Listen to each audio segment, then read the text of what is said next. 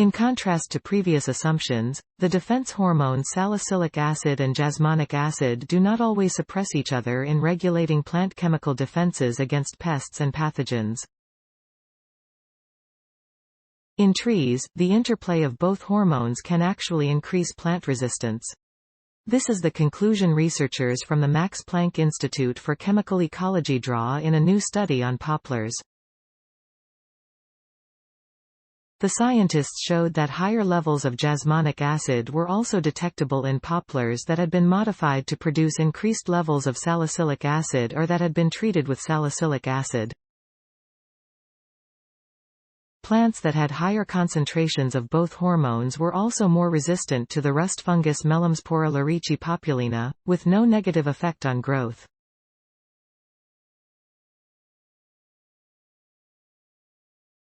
Knowledge of the positive interaction of these hormones involved in plant resistance could help to better protect poplars and other trees against pathogens.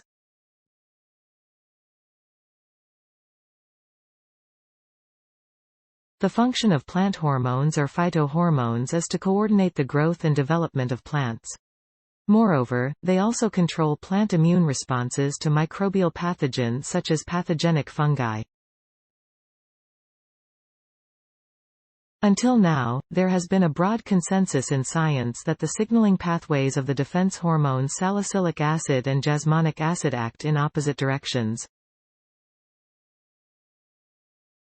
Thus, if plants produce more salicylic acid, this would inhibit the production of jasmonic acidand, vice versa. Scientists have repeatedly shown this negative interplay in studies of the model plant Arabidopsis thaliana, thale cress, and many other annual herbs. Contrary to the assumption that the salicylic acid and jasmonic acid hormone signaling pathways work in an opposite manner, we had already observed in our earlier studies on poplar trees that both of these hormones increase in response to infection by pathogenic fungi. In another experiment, they applied salicylic acid to the poplar leaves of genetically unmodified plants. This allowed us to separate the effects of salicylic acid from other factors and show that it directly stimulates jasmonic acid production, explains Chhana Ullah. Plants that contained high levels of salicylic acid also had higher concentrations of jasmonic acid. In addition, these plants produced more antimicrobial substances, known as flavonoids, even if there was no infection with a pathogen. Further comparative studies with plants that produced high levels of salicylic acid and control plants that had each been infected with the rust fungus Melamspora larici-populina showed that high levels of salicylic acid made poplars more resistant to fungal attack. Surprisingly, higher fungal resistance due to increased defenses did not negatively affect plant growth, as had been observed in Arabidopsis and other annual herbs. Salicylic acid is produced in higher amounts after attack by biotrophic pathogens that do not kill plant tissue and feed on living plant material, while jasmonic acid is increased after attack by insects or necrotrophic pathogens that feed on dead plant tissue. Small herbs like Arabidopsis may benefit from such a narrow focus because they lack the resources to defend against different kinds of enemies at once.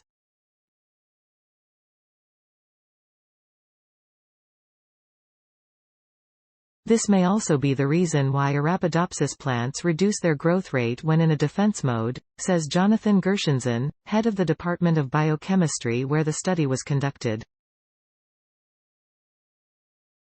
In contrast to annual herbs such as thale cress, resources are usually less limited for trees and other woody plants.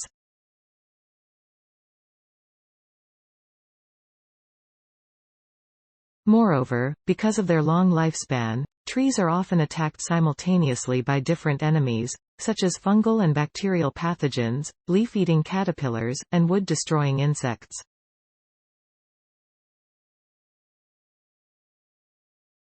They may have evolved to use the salicylic and jasmonic acid signaling pathways together for defense.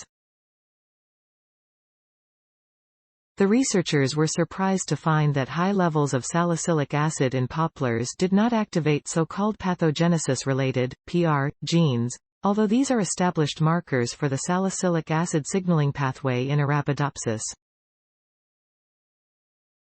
However, we found that the magnitude of PR gene induction was positively correlated with the susceptibility of poplar to rust.